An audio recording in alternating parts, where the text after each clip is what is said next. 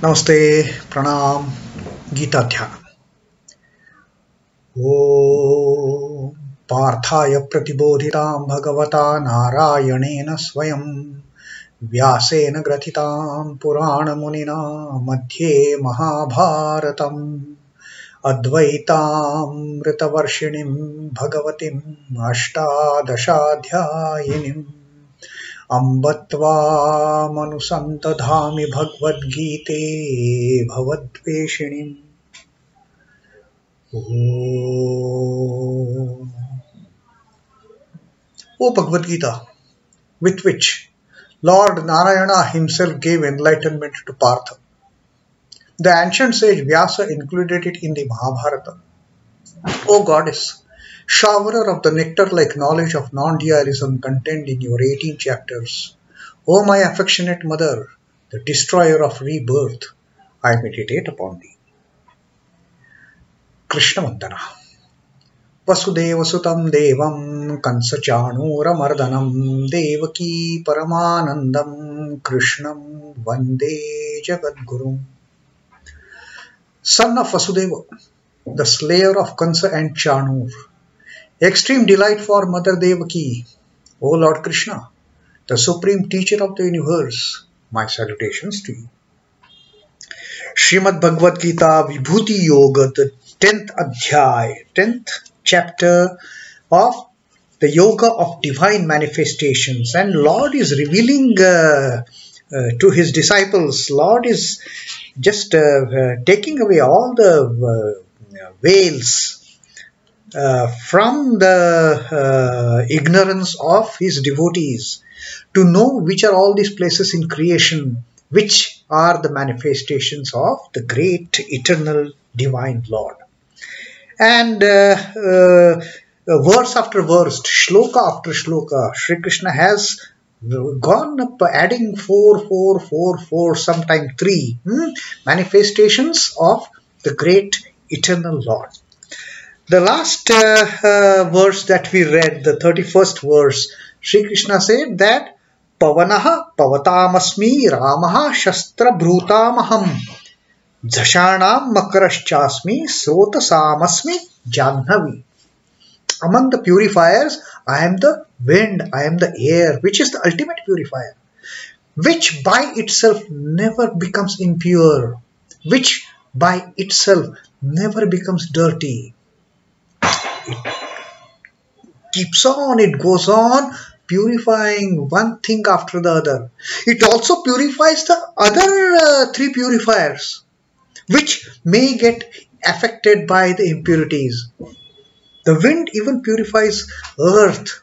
The wind even purifies water. The wind even purifies fire. It takes away the dirt and impurities from these things. And while carrying all these impurities, the greatness of the wind by itself, the air by itself, it doesn't become impure, it doesn't get polluted. It may carry pollutants, but air by itself is never polluted. So that was the one representation among the purifiers.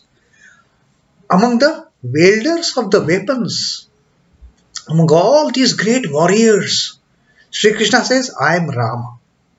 Because compared to all other warriors, when they fought somebody, there was some intent of doing something wrong. Knowingly, unknowingly, they might have done something wrong. Sri Krishna himself has excluded him from the list of wielders of weapon. Sri Krishna himself, who used to wield that chakra, Sudarshan chakra. So Sri Krishna says, I am not in that list, but among the wielders of weapon, Lord Rama is the greatest, because he took up the weapon only for good of people. Whenever Lord Rama, when we read Ramayana, right from his birth till the end of Ramayana, whenever Sri Rama has picked up the weapon, it is only to kill the evil, not by any way of bringing any harm to unintended persons. It was only for the good of others. The weapon as it is power to be used for good of others, wiping out evil. But what happens? Sometimes these wielders of weapons, they have caused, directly or indirectly, kind of a bad influence, some kind of damage to even the non-intended people against whom the weapon was not to be used. But that is not the case with Rama. Whenever Lord Rama has put his weapon to action, only good has come out of it. So Sri Krishna says, among the wielders of weapons, I am Lord Rama. Then among the water creatures, he says, I am the shark, or I am the crocodile, the mightiest of all. Because these are the only two creatures, for that matter, for the water creatures, the fishes, which have derived their power from the God's cosmic energy. So Sri Krishna says, among the water creatures, among the fish, I am the shark, I am the crocodile, for that matter. And among the flowing water bodies, I am the Ganges, the ultimate purity among the flowing water bodies. Ganges water, you take it in a bottle and store it for n number of years. It doesn't putrefy, it doesn't start smelling bad, nothing happens to it. So Ganges is revered as having the utmost purity. So Sri Krishna gave us those 4 additional manifestations in the 31st shloka. Now let us get to the 32nd shloka. Now this, from 32nd shloka, the narrative is a bit different. Now these are earlier, in the all earlier verses, all earlier shloka, Sri Krishna has either given the best among the gods or deities or semi-gods like Gandharvas and other things, then or the inanimate objects also. Among the Merus, he said, among the mountains and peaks, I am Meru. Among the water bodies, he said, I am the ocean. Among the flowing waters. So he has kind of represented himself in human forms, animal forms, animate forms, inanimate forms, movable forms, non-movable forms. Now from the 32nd shloka, Sri Krishna talks about, no, these are not the forms, but these are the kind of day-to-day, we come across them. We can't see them possibly. We can't see they don't have form. But then Sri Krishna also identifies with such concepts which may be formless. But Sri Krishna tells us, I am there. I am in those things. Although they may not have form. You cannot see like human beings. You cannot see them like from animal kingdom. You cannot see them from being plant kingdom. Or you cannot see them from being inanimate objects even. So now the 32nd shloka that we are going to read today. Sargāṇām ādir antaśh madhyaṁ chaivāham Arjuna adhyātma-vidyā vidyānāṁ vādaḥ pravadatām aham. All these 3 examples that Sri Krishna has given to Arjuna in this shloka. Now in this shloka he has given 3 examples, not unlike other shloka where normally he used to give 4 examples. Here it is 3. Now this he is specifically addressing it to Arjuna. Sargāṇām ādihi antaśh madhyaṁ evaham Arjuna. O Arjuna, among the sargāṇām, sargāṇām is the created things. Among all the created things in this creation, among all the created things, whether they are animate, inanimate, movable, immovable, or even the concepts for that matter, I am the beginning. Sargāṇām ādihi. Adihi is beginning. I am the beginning of everything. Then antaśh, I am also the end of everything. And not only that, not only just the beginning and end. Madhyaṁ cha eva aham Arjuna. O Arjuna, I am also the middle part of it. So I am the beginning, I am the middle, and I am the end. This Krishna also told us earlier also. So now once again he is giving us a refresher course on this concept of I am the beginning, I am the middle, I am the end. Then adhyātma-vidyā vidyānāṁ. Among all the sciences, among all the knowledges, I am the adhyātma. What is adhyātma? The science of the self. Adhyātma. Atma. The science of Atma is adhyātma. And among all the vidyas, I am the vidya of the Atman. No science is bigger than the science of the self. We may study so many subjects in science, arts, commerce, all. Nothing is bigger than the science of the Atman. Nothing is bigger than the knowledge of the Atman. Adhyātma. Once a person gets that knowledge of Atman, nothing is required. The person is absolutely ready to reach that stage of liberation, to reach that stage of elimination, to reach that stage of mukti and nirvana. The moment one knows what is his self. Once one gets that self, a realization of the self, adhyātma, then there is nothing that prevents that person, that individual, to attain liberation. So Sri Krishna says, among all the sciences, among all the subjects, among all the modes of knowledge, I am the knowledge of the self. I am the adhyātma. I am that atma-vidyā. Among all the vidyas, I am the adhyātma. And then finally he says, vādaḥ pravadatām aham. Vādaḥ is discussions, debates. All the so-called scholarly people, they keep on debating, discussing, fighting, isn't it? What is one talking for, one talking against, and there are a whole lot of fights. Now Sri Krishna says, under such circumstances, what is good, what is bad? Whether doing this is good or whether doing this is bad. And people go on debating.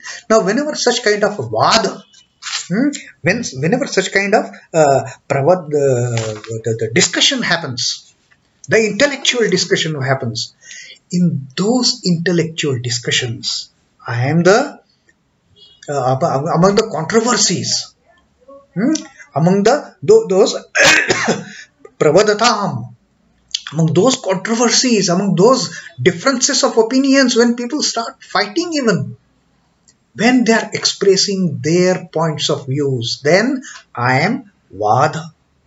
I am the logic.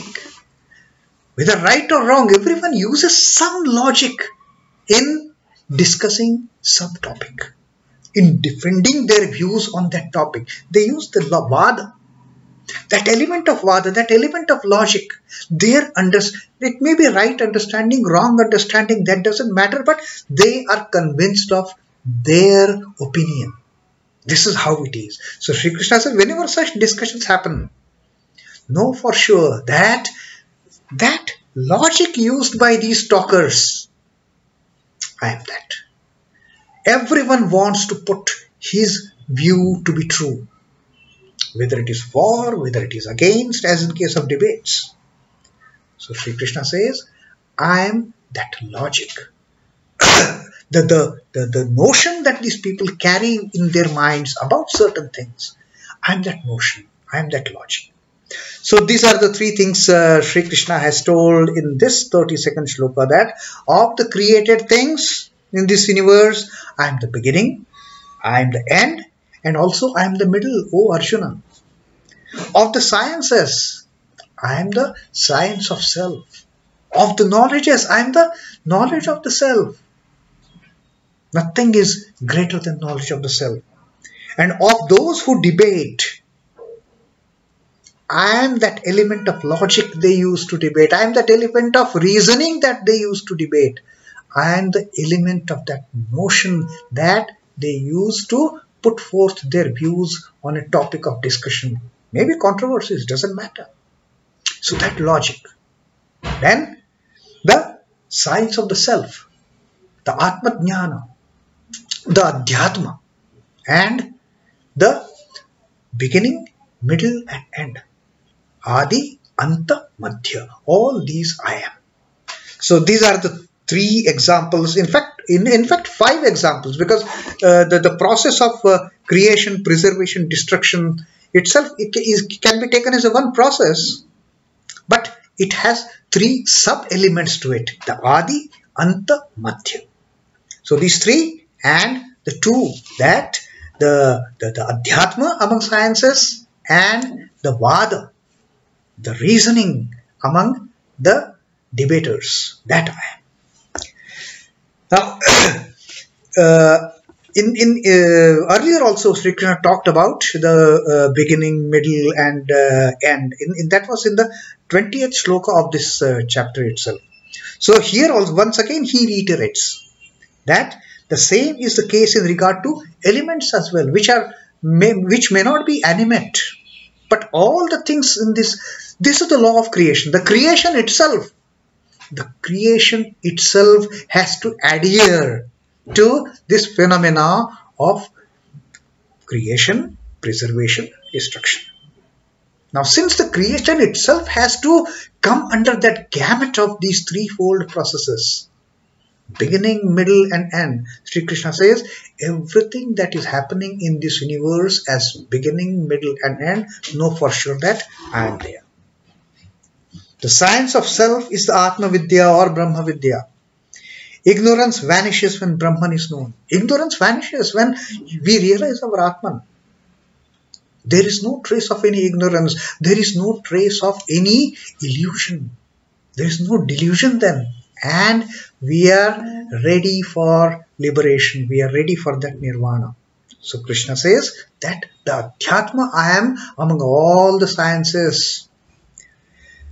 Reason is the most useful instrument possessed by man for inquiry into real and non-real. Now this reason, this is the reason why Sri Krishna has mentioned that I am the vādaḥ among the pravadatām. I am the reason. Now, you remember Sri Krishna having told us about buddhi yoga, that power of discrimination. That power of discrimination is this power of vādaḥ, reasoning. That makes us realize, that makes us debate what is real, what is unreal. Forget about all other topics of discussion, forget about all topics of controversies over which people go on fighting. No political topics, no social topics, but take one point for discussion: what is real, what is unreal. That is the ultimate discussion. And the reasoning which is given because of the buddhi yoga, because of the power of discrimination, that we understand what is real, we understand what is real, unreal. We differentiate between the reality and the non-real. Then we get to get this understanding of Brahma Satya Jagat Mithya. When we get that kind of understanding, so whatever reasoning goes behind that ultimate understanding, what is real, what is unreal, that is vādaḥ. And Sri Krishna says, for such discussions, now this is the ultimate discussion of between real and unreal. That is the ultimate discrimination. So Sri Krishna says, I am that vādaḥ, I am that reasoning, I am that logic which tells this is real, go after it. That is unreal, don't go after it. That is false, that is mithya, don't go after it, go only for the Satchidananda Brahma, which is the ultimate reality. So pure reason is again a glory that has come from the Lord. So these three beautiful examples Sri Krishna has again narrated to that long list of the divine manifestations of the great Lord. Now what Sri Ramakrishna tells us, talks about this particular meaning of the divine manifestations. Know the one that is the root of everything. Sri Ramakrishna says, know the one that is the root of everything. Don't go for other superficial things. Know the one that is the true root of everything, then truth becomes self-evident to you. Put the number one first and then add zeros to it. Such a beautiful good example Sri Ramakrishna has given, the unlettered Brahmin. The unlettered Brahmin of the age-old Calcutta, who has not had any formal education. He could not add 1 plus 1 together, but see what a great truth he has, mathematical truth he has described here. Put 1 first, and then you put any number of zeros after that 1. This done, then the zeros have their value. This is the great truth. Put Lord before everything. Know the one which is the root of all. And then you add on all other things, all other mithyas that are in this universe. You add to that. Doesn't matter. Then you get a meaning. Then you give a meaning to all those unrealistic things. Once you have put the real thing before them. Put 1 first and then go on adding any number of zeros. The value goes on increasing then. Then we don't say, oh, that is 0, it doesn't have any value. Because we have put 1 in the beginning. Put the number 1 first and then add the zeros to it. This done, the zeros have their value. Without number 1, they are valueless. The many get their values from the original number 1. Ishvara is the number 1. And the universe and beings are all zeros appended to it. All this creation otherwise, they are nothing but zeros. Such a beautiful, enlightening example Sri Ramakrishna has given. And that's what Sri Krishna says. First, have the knowledge of adhyātma. That is the greatest of the knowledge. Once you have that knowledge, then you understand this gamut of ādir, madhyaṁ, antaśh. Then you use that logic, that reasoning, that vādaḥ for the process of debate, for the process of discrimination of what is real and the unreal. And then having understood what is real, put the real first, then put all the non-reals after that, then the non-reals, whatever this universe is, then that will get some meaning, provided we first understand what is the real. Then we have the entire picture clear before us. Then nothing is hiding, there is no illusion, there is no delusion, all clarity, all clarity, all clarity. So that was Sri Krishna teaching us in the 32nd shloka about some more divine manifestations that we can meditate upon, that we should understand that yes, Lord dwells in these also. Om Namo Bhagavate Vasudevaya. Sri Krishna Arpanamastu. Jai Sri Ram Krishna. Jai Thakur. Jai Ma. Jai Swami.